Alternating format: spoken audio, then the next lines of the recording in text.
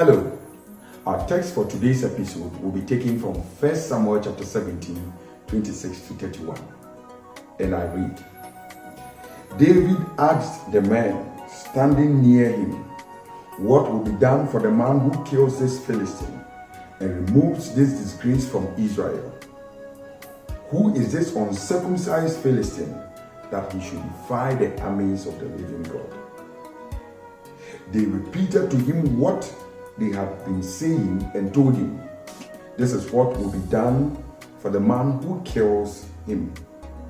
When Eliab, David's oldest brother, heard him speaking with the men, he burned with anger at him and asked, why have you come down here? And with whom did you leave those few sheep in the wilderness? I know how conceited you are and how wicked your heart is. You came down here only to watch the battle. Now what have I done? Said David. Can't I even speak? He then turned away to someone else and brought up the same matter, and the men answered him as before. What David said was overheard and reported to Saul, and Saul sent for him. May the Lord add blessings to the reading of his word.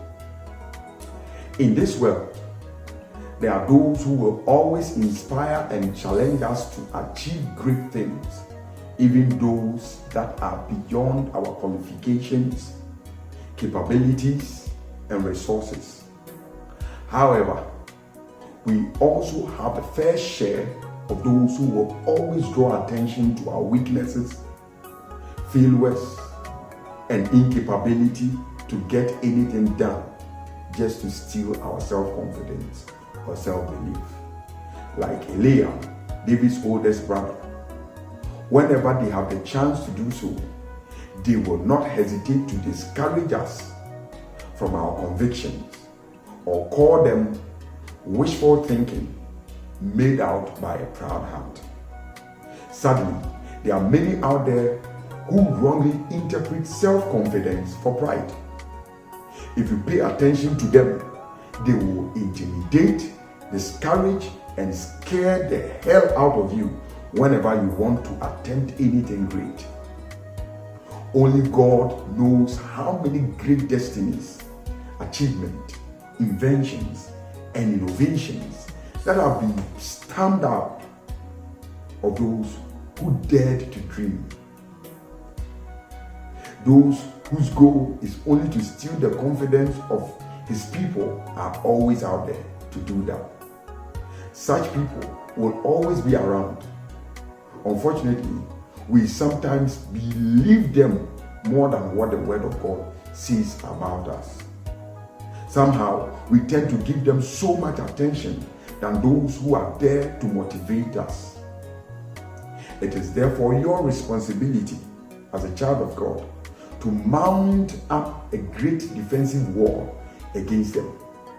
And that defensive wall is you maintaining confidence in your God and in yourself again and again whenever they speak their lies to thwart your dreams. Yes, it was true that David wasn't a soldier yet.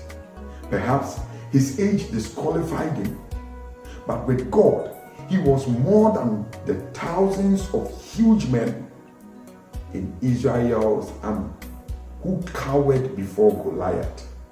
Yes, David was only in charge of a few sheep in the desert, and his brother was right about it. But what Eliab didn't know was that great power and zeal in David that was not scared to deliver God's people from danger and disgrace. This confidence he had in God and in what he could do with him pushed David on to step up to save and to shepherd the whole of Israel from their enemies. So tell me now, what did they say to you to steal your confidence? What did they say you couldn't do, even though you wholeheartedly believed that you could do? Show me who looked you in the face to disqualify you for that opportunity, and I will show you that great God who is with you and believes in you. Rise up now in the power of God and take back your confidence. Go out there and show them what you can do with God by your side. Like David, don't let them shut you up. Speak to someone else if they keep turning you down. Let your voice be heard. The right people will hear you out and look beyond your level of education, qualification, physique, or sometimes weaknesses. Do not throw away your confidence because someone doubted who you believed you were. That confidence will excite someone one day who will send for you speedily. Remember that your confidence is one of the things God is looking out for to mature, so that He will do something great with you to prove everyone wrong, to bring glory to His name. Stay blessed. Amen.